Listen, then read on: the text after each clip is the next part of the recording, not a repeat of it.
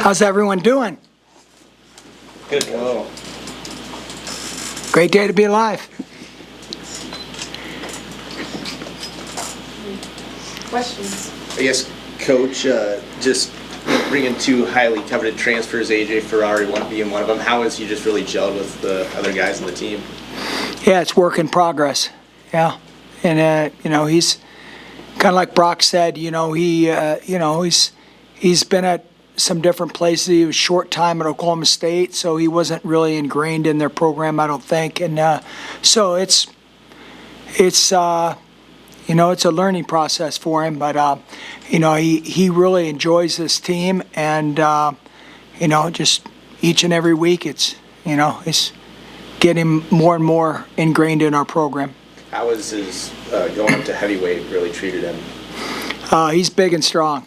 He's big. He's 240 something, or whether he weighs 227 or 242. He's a strong man. He's strong. He's physical. He wrestles with a lot of intensity, and that's what people are going to see. He's a competitor, and that's why we brought him in. He's a good kid, and he's going to do a lot of great things for us, and we're excited to have him. How's that competition kind of trickled through just that group at 285 too? Oh, for him? Yeah. I think for him, he's got good guys to work out with here, and he's gonna, he's still a work in progress to see if he sees how he sees himself, coming into our program, helping our team, and so, we've had some other media in our room, Flow Wrestling, and a lot of interviews, and ESPN was in. It's about our team. It's not about AJ. It's about, Antrell being a future leader, about Brock Hardy being a senior. He's put a lot in our program, and he means a lot to Nebraska wrestling. So really looking forward to seeing how, those guys, are leaders. And then, AJ's just going to fall in place.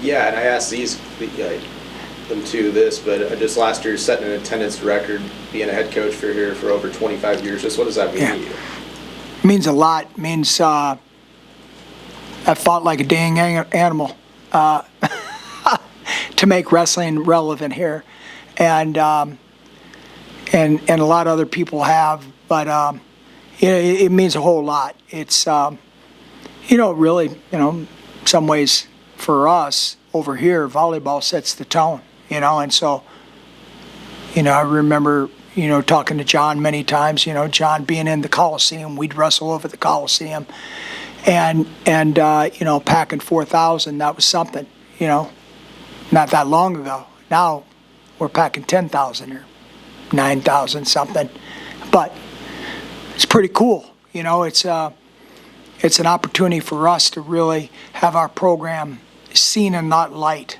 And, to do that, you have to have success. It's about winning, and people want to see winners. And we felt for a long time that we've been top 10, like, I don't know, a lot of times out of the last 15 years.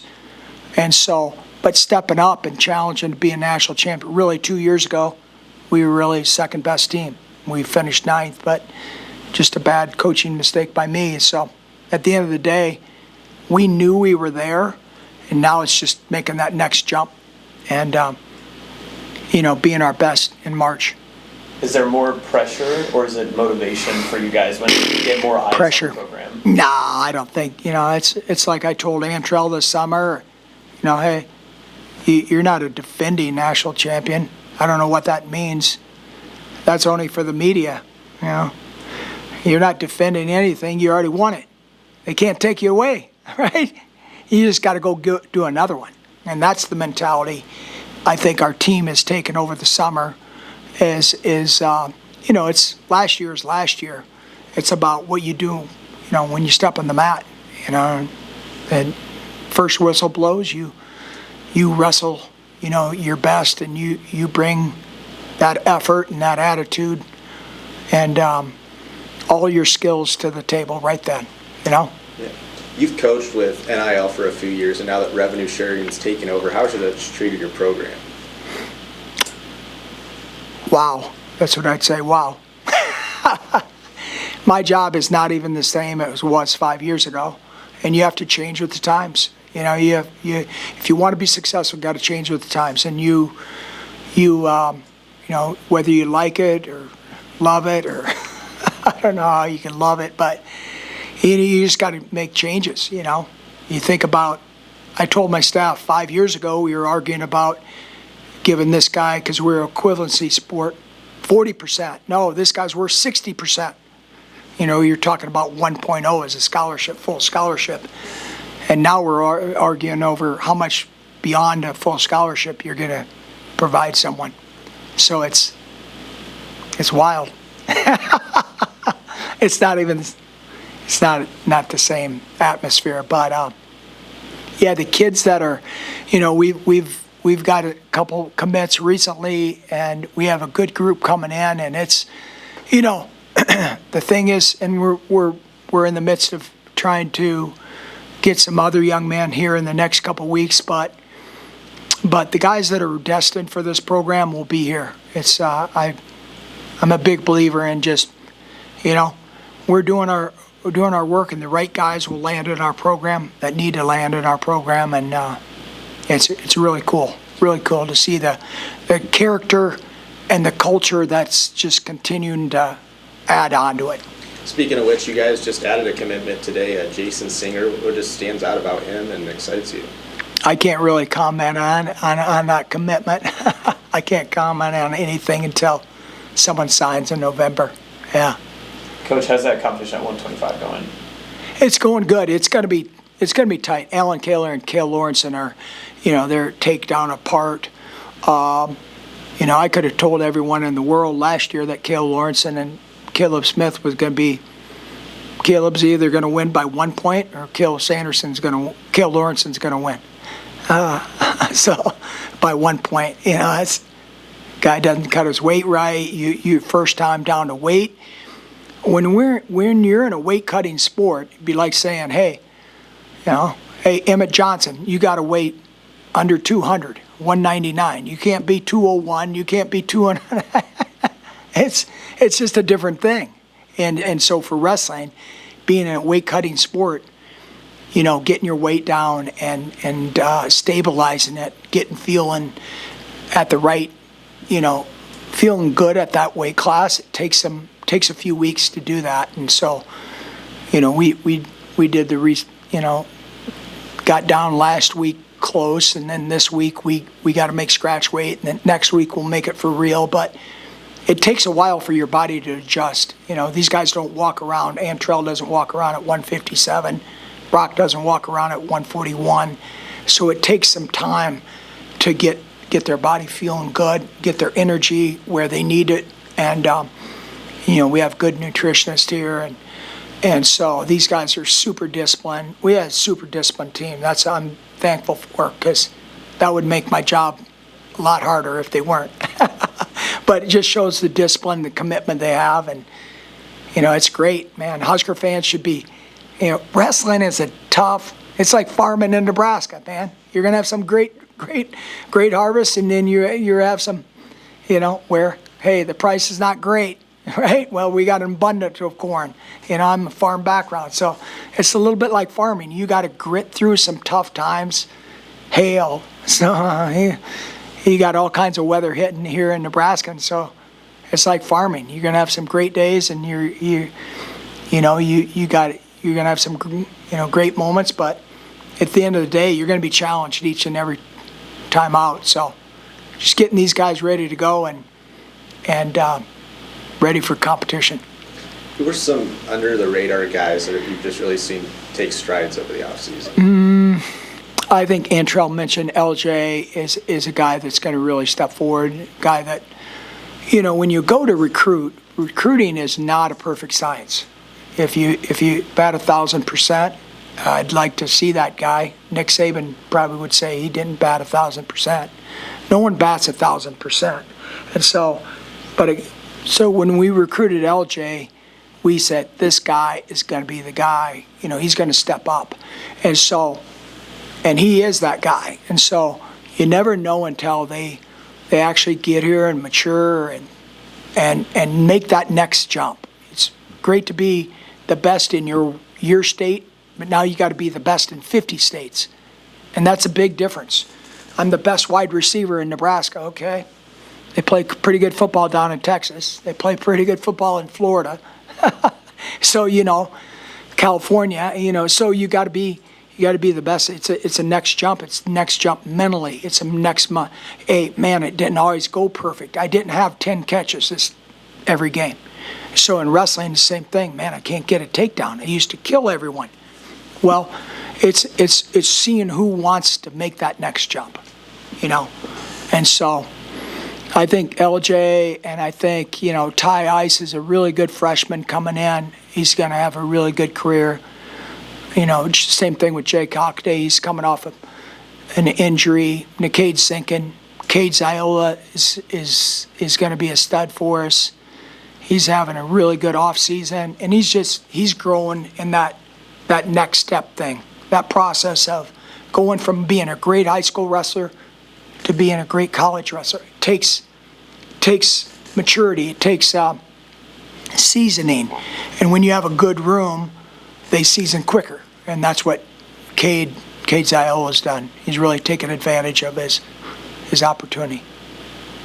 Coach, 149, you got Lamer who came in, but he's not available until the second semester, as I understand it. So how's that competition heating up for the first part of the season? Who's going to see them out there, you think? Yeah, but, we have some guys. Blake Cushing has obviously been a staple of our program the last, he's a fifth-year senior with Brock.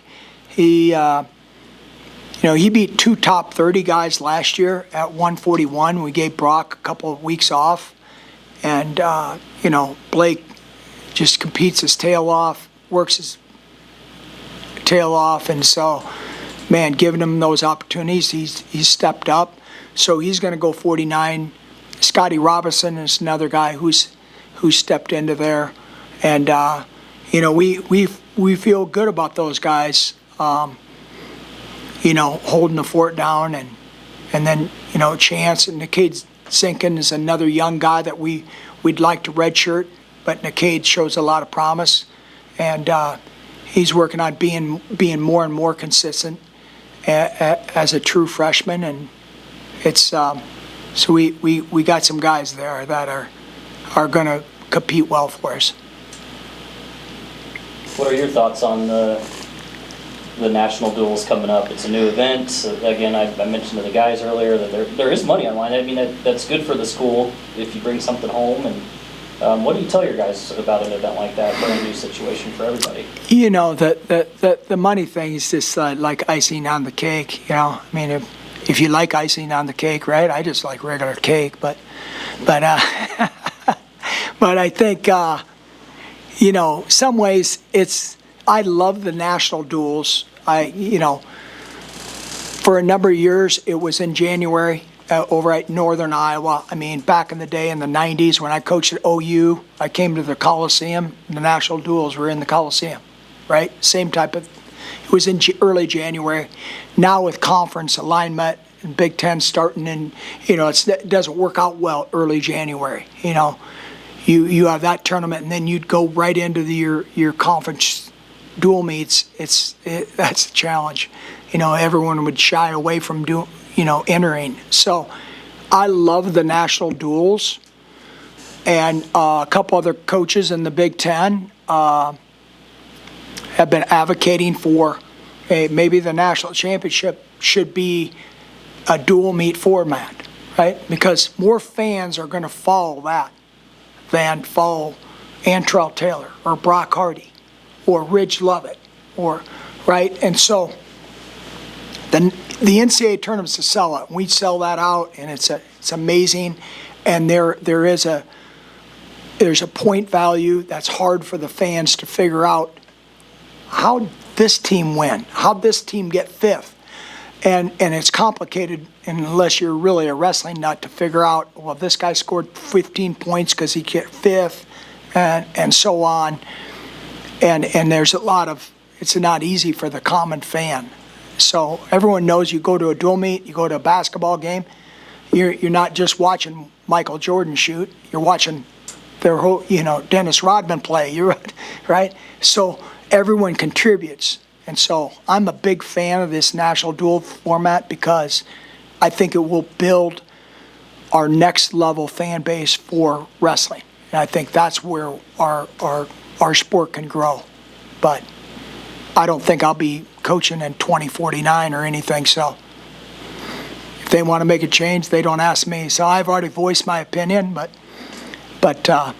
we'll see if people can figure it out. Do you guys this season, I mean, you have some huge home duels, you have huge Yep. duels in general, one of the tougher dual schedules that you can think of. Yep. I guess focusing on those home duels, Oklahoma State, Iowa, and there's big ones. You guys have anything cool planned for the fans? Is there a goal to maybe break the attendance record from last year? Yeah, I really challenge our fan base. Right now, I think November 7th is going to be an amazing one. One, we're wrestling a good team. They have 7 out of their 10 starters are NCAA qualifiers. So you're not wrestling chopped liver here. You got a good team coming here. That's your first home duel. We're going to unveil 2 national champions, Antrell Taylor and Ridge Lovett, banners coming down. We have Bill Shear, Jim Shear, Tony Perler, and Jason Powell, and Jordan Burroughs all coming back. Plus our alumni are coming in that day. That's Alumni Day. So we have a lot of activities going on. Plus it's military appreciation kind of match. We're wrestling Army. And so a lot of stuff going on, but those banners being unveiled and being our first duel and getting our season started, I challenge Husker fans, we need to sell this thing out. I mean, it's going to be an epic day, and with the Shears, Jim and Bill Shear never really got recognized for all they did for Nebraska wrestling. I really want to recognize those guys. I'm really excited for those guys to come back, and obviously with Jason Powell and Tony Perler coming back, and Tolly Thompson's coming back, and Jordan coming back. It's Jordan's really excited about coming back, so he's bringing his whole family, and it's going to be a really cool day and a really cool environment, and I think it'd really be neat to see this place, full.